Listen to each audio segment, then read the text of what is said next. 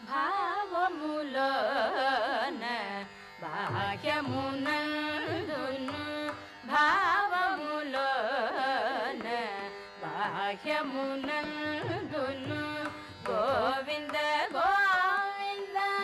అని కొలువవో మనస భావములోన బాహ్యమునందును గోవింద గోవింద అని కొలువవో మనస భావములోన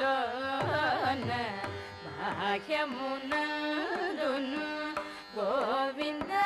గోవింద అని కొలువవో మనస భావములోన బాహ్యమునందును